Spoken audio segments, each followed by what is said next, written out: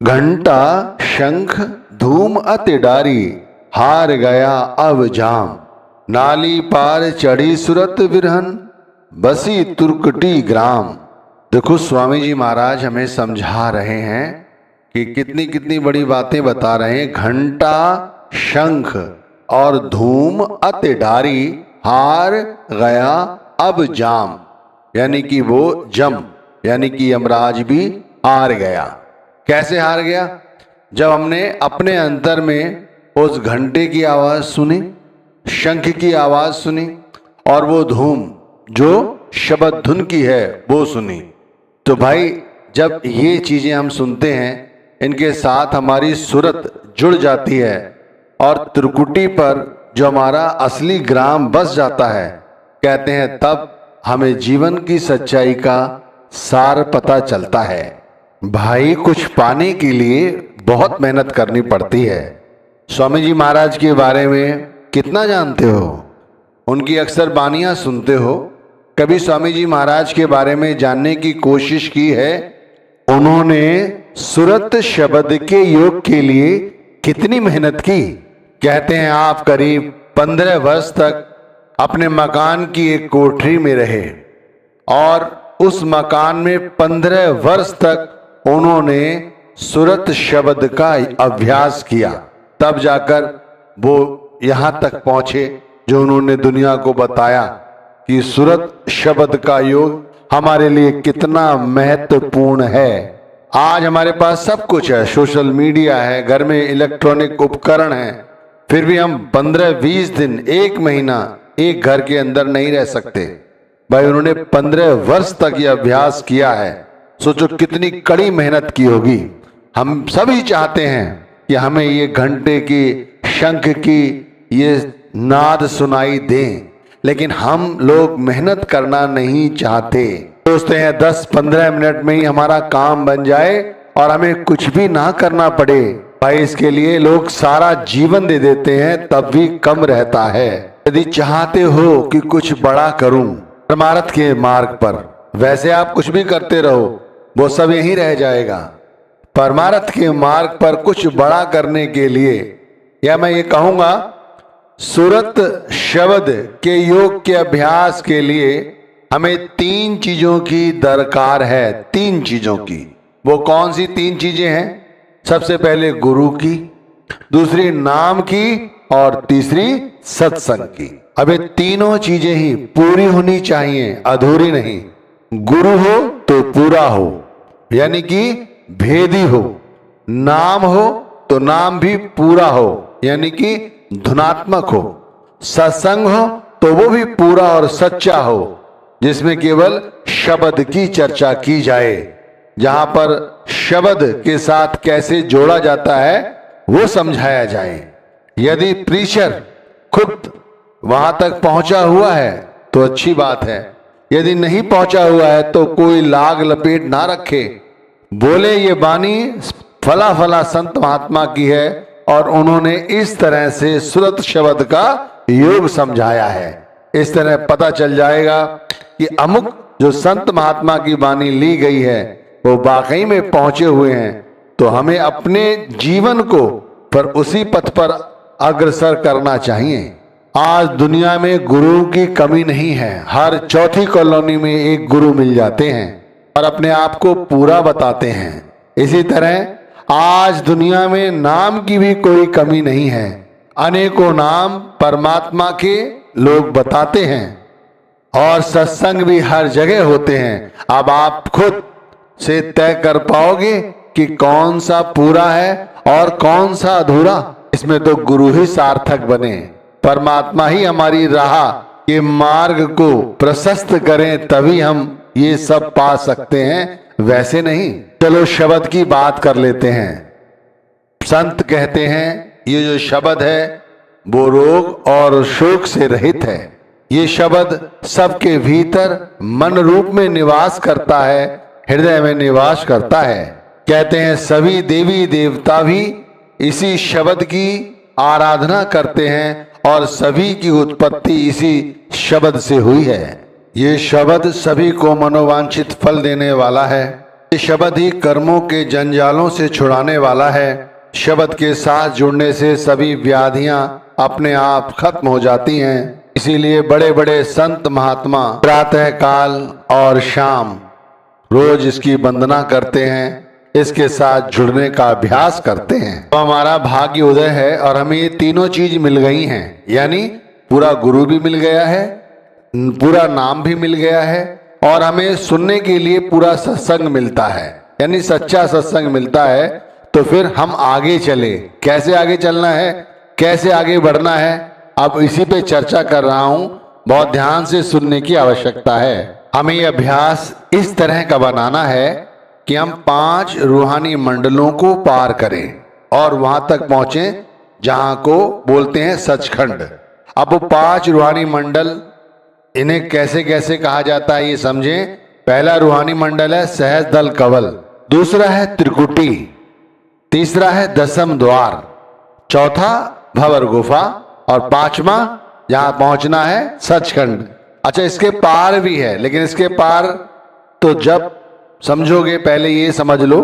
तो इसका अभ्यास सुबह से करो, आंख खुले, अपने आप को साफ सुथरा करके एक अच्छे आसन पर बैठकर ध्यान को आज्ञा चक्र की ओर लाओ और अपने ख्याल को यहाँ पूरी तरह से खाली करो और सूरत को शब्द के साथ जोड़ो। अच्छा, सूरत शब्द के साथ नहीं जुड़ पाती क्योंकि सूरत को कुछ चाहिए यहाँ पर ठहरने के लिए। तो सूरत को क्या करना होता है, किसी ऐसी चीज को ढूंढना है जिसके साथ वो जुड़ जाए। तो हमारे पास वो चीज है केवल सतगुरु का स्वरूप। हमें अपने सूरत को गुरु के स्वरूप के साथ जोड़ना है। अच्छा, वो जुड़ेगी कब, जब हम पूरी तरह से खाली हो जाएंगे। तो अपने आप को पूरी तरह से खाली कैसे किया जाता है ये समझो। हम जो रोजमर्रा की जिंदगी जी रहे हैं, जब हम ये अभ्यास करते हैं उस समय ये सारी बातें हमें याद आती हैं और हमारा ख्याल यहाँ रुकने की बजाय नीचे की ओर आ जाता है।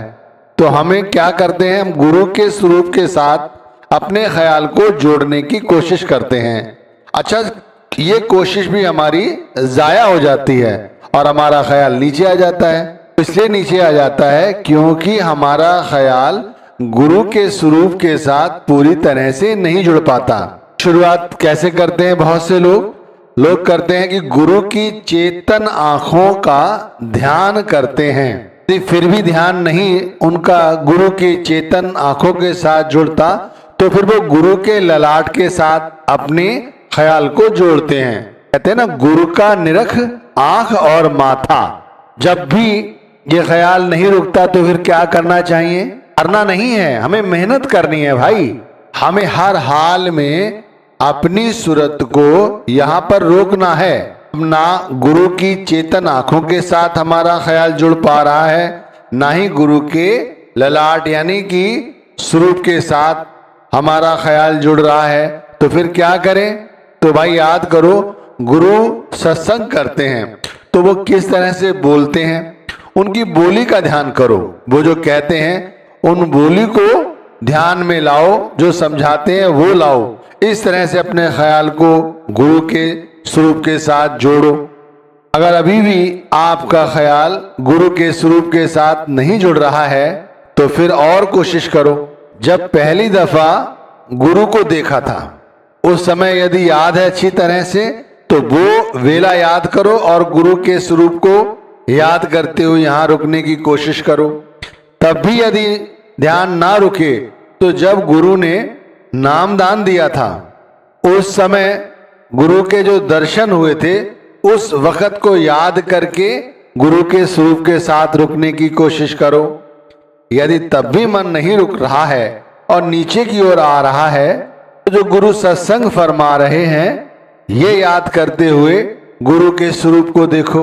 यदि फिर भी गुरु के स्वरूप के साथ मन नहीं रुक रहा है, तवज्जो नहीं जुड़ रही है, तो गुरु जब दर्शन देने आते हैं बैठी हुई संगत को तो वो समय याद करो। इस तरह से याद करो उनकी ललाट को, उनके आने के समय को किस तरह से भाव विभोर हो जाते हैं। इस तरह से अपनी सूरत को इस आज्ञा चक्र पर समेटने की कोशिश करो। मैं कहता हूं यदि अब भी हमारा ख्याल आज्ञा चक्र पर नहीं रुक रहा है तो हमें फिर भी हारना नहीं है, हमें अपनी कोशिश बरकरार रखनी है।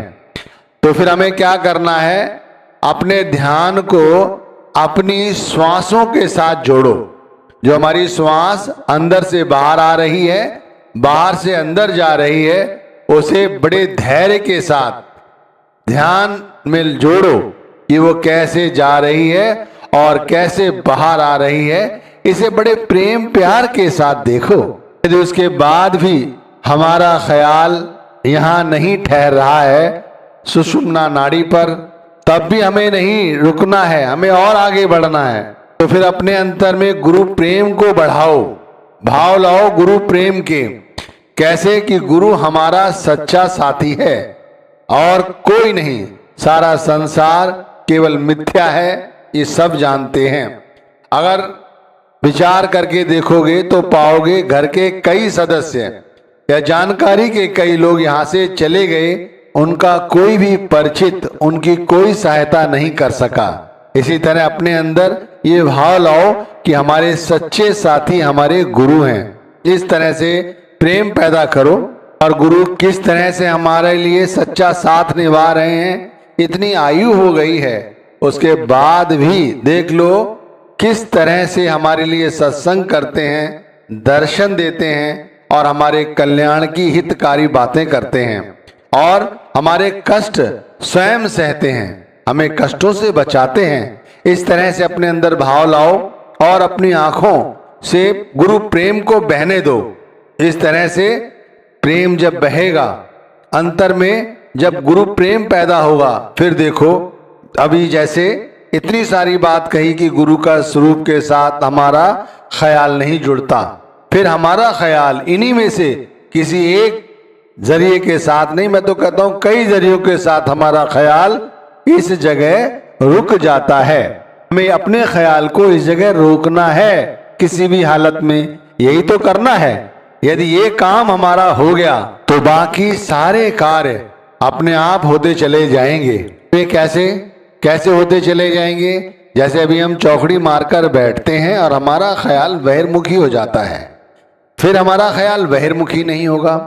जब गुरु के स्वरूप के साथ हमारा ख्याल जुड़ेगा तो हमारी जो बैठक है वो बढ़ेगी। अभी जो थोड़ी समय में उठ जाते हैं उसमें हम ज्यादा देर तक बैठ सकते हैं। गुरु के स्वरूप के साथ जब हमारा ख्याल जुड़ता है तब हमारे अंतर में वो शांति उत्पन्न होती है, वो नम्रता, वो भक्ति, वो भावनाएं, वो प्रेम प्रकट होता है जो शब्दों द्वारा बयान नहीं किया जा सकता। मन जैसे अभी विषयों की आसक्ति में लीन रहता है और अधिक से अधिक विषयों को प्राप्त करना चाहता है, फिर वही मन त्रिकुटी पर चढ़ना चाहता है, वही मन भंवर गुफा के नाके में प्रवेश करना चाहता है, शब्द धुन सुनना चाहता है, शब्द के प्रकाश को देखना चाहता है। अब भाई जब मन को ठहराव मिलेगा तभी तो ये संभव है। वन जब ठहरा ही नहीं तो उसे कैसे ये सब कुछ समझ आएगा? तो इसीलिए इतना कुछ समझाया है कि पहले गुरु प्रेम जागृत करो, यानी कि गुरु के स्वरूप के साथ अपनी सूरत को जोड़ो। जब ये स्वरूप मन में बस जाता है तो आंख बंद करने पर अंतर में दुनिया का शोर सुनाई नहीं देता, दुनिया की शक्लें, दुनिया के पदार्थ दिखाई नहीं देते। अभी आंखें बंद करो, माँ बाप की शक्लें, बच्चों की शक्लें, प्रेमी प्रेमिकाओं की शक्लें, कारोबार की शक्लें सामने आ जाती हैं। फिर इन्हीं बातों का शोर कानों में गूंजता है। भाई कैसे होगा सूरत शब्द का योग? जैसे समझाया बताया शुरू में कि स्वामी जी महाराज ने 15 वर्ष तक, अरे आप 15 वर्ष तक करने की कोई आवश्यकता नहीं है, वो तो पूर्ण परमात्मा रहे हैं, उनकी क्या बराबरी कर सकते हैं हम लोग? अरे मैं कहता हूं ज्यादा से ज्यादा 2.5 घंटे के लिए अपने आप को गुरु नाम के साथ जोड़ने का अभ्यास तो करो। गुरु के स्वरूप के साथ अगर आज्ञा चक्र पर एक बार ठहर गए तो भाई अंतर में उतरना सरल हो जाएगा। ये भंवर गुफा में प्रवेश का जो रास्ता है मैं